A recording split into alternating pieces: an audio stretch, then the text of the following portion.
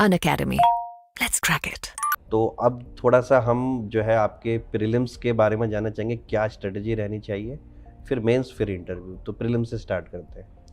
जी sir ये ऐसे ये एग्ज़ाम है सिविल सर्विस का, इसमें 3 स्टेजेस होती हैं, प्रीलिम्स, मेंस और फिर इंटरव्यू।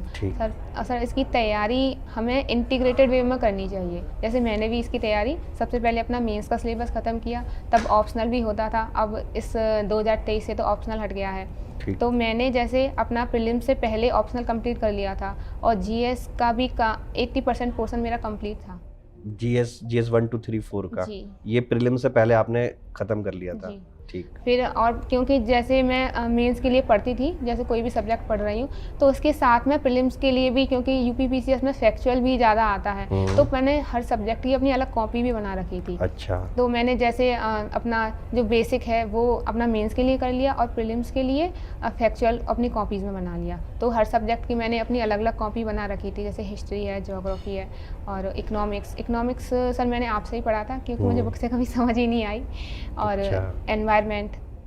तो इसमें मैं एक चीज़ पूछना चाहूँगा, जैसे आपने बोला कि मैंने 80% जीएस 1 2 3 4 का ख़त्म कर लिया था, ऑप्शनल भी ख़त्म कर लिया था प्रीलिम से पहले, लेकिन ज़्यादातर मैं एस्पायरेंट को देखता हूँ तो वो कहते हैं सर पहले प्रीलिम्स क्लियर करो, मतलब प्रीलिम्स को तो ख़त्म करो फिर मेंस को ख़त्म करो। तो ये पॉसिबल है डायरेक्ट मेंस में कूदना? और एक अगर पॉसिबल है तो इसके बेनिफिट क्या होंगे वो व्यूअर्स को बताओ।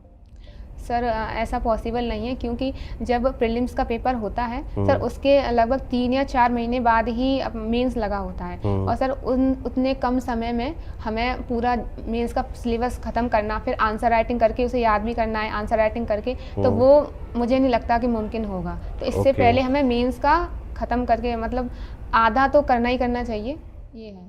मतलब एडवांस में अगर हम जितना अपने आप को स्ट्रेच कर लेंगे मेंस के लिए उतना हमें फायदा होगा, क्योंकि प्रीलिम्स और मेंस में गैप बहुत कम है। और सर इससे एक कॉन्फिडेंस भी आता है अंदर कि हाँ हमारा मेंस लगभग आधा हो रखा है, तो बस हमें प्रीलिम्स जैसे ही हमारा क्वालिफाई होता है, जैसे हम मेंस का सिर्फ अपना आंसर राइटिंग करके और जो भी इनकम्प्लीट है उसको कंप्लीट करके सीधे अपना मेंस बेटर करना है। और एक बात और कहना चाहूँगी कि जब भी हम मेंस की तैयारी करते हैं तो उससे हमारा प्रीलिम्स और बेटर ही होता है, कमज़ोर नहीं होता। ओके।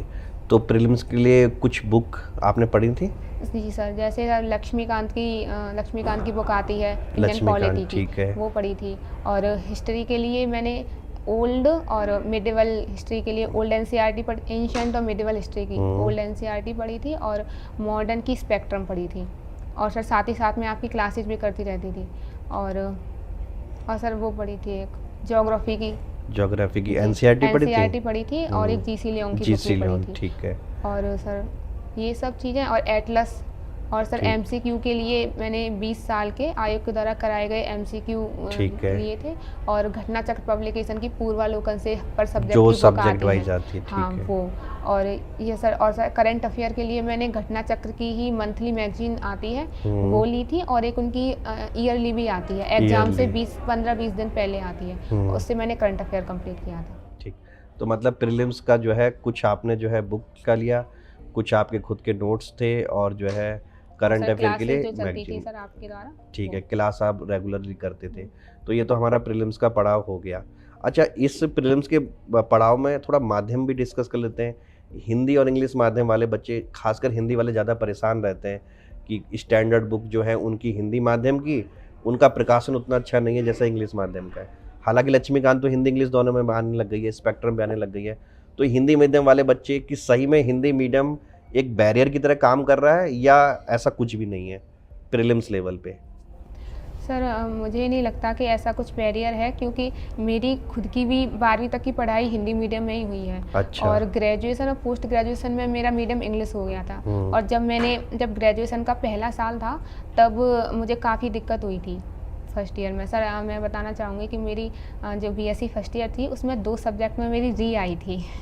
री मतलब बैक आई थी। जी, तो मुझे उनके पेपर दोबारा देने पड़े थे, क्योंकि मुझे वो फर्स्ट ईयर में कुछ चीज़ें समझ नहीं आई। लेकिन मैंने खुद को मोटिवेट किया कि जब मुझे करना है, जब सामने, तो मैं बैरियर क्यों रखूँ किसी चीज़ का। और किसी भी हिंदी या लैंग्वेज सीखना कोई बैरियर नहीं होना चाहिए। ये तो और अच्छी बात है कि हमें हर लैंग्वेज जितनी हिंदी इंग्लिश है तो अच्छी तरीके से आनी चाहिए। तो सर जैसे गूगल ट्रांसलेशन है, हैं सर, उसके द्वारा जैसे मुझे भी कभी कभी कोई स्पेलिंग है, मीनिंग है, समझ नहीं आती थी, तो मैं उसके द्वारा उसको गूगल ट्रांसलेटर से कर करके लेते देख थे। लेती थी और वहीं जो बुक है उसके ऊपर लिख लिया।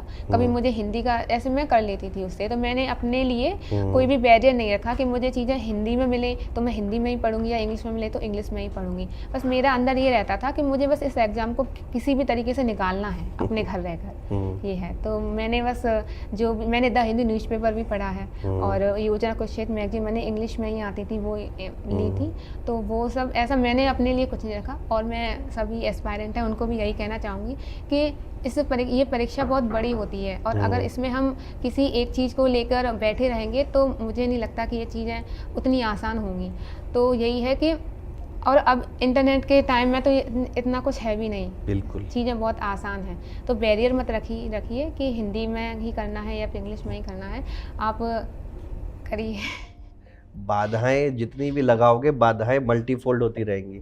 माध्यम कोई भी हो, आपके सामने बहुत अच्छा एग्जाम्पल है, हिंदी इंग्लिश दोनों का मिश्रण जिसको हम बाइलिंगुअल बोलते हैं।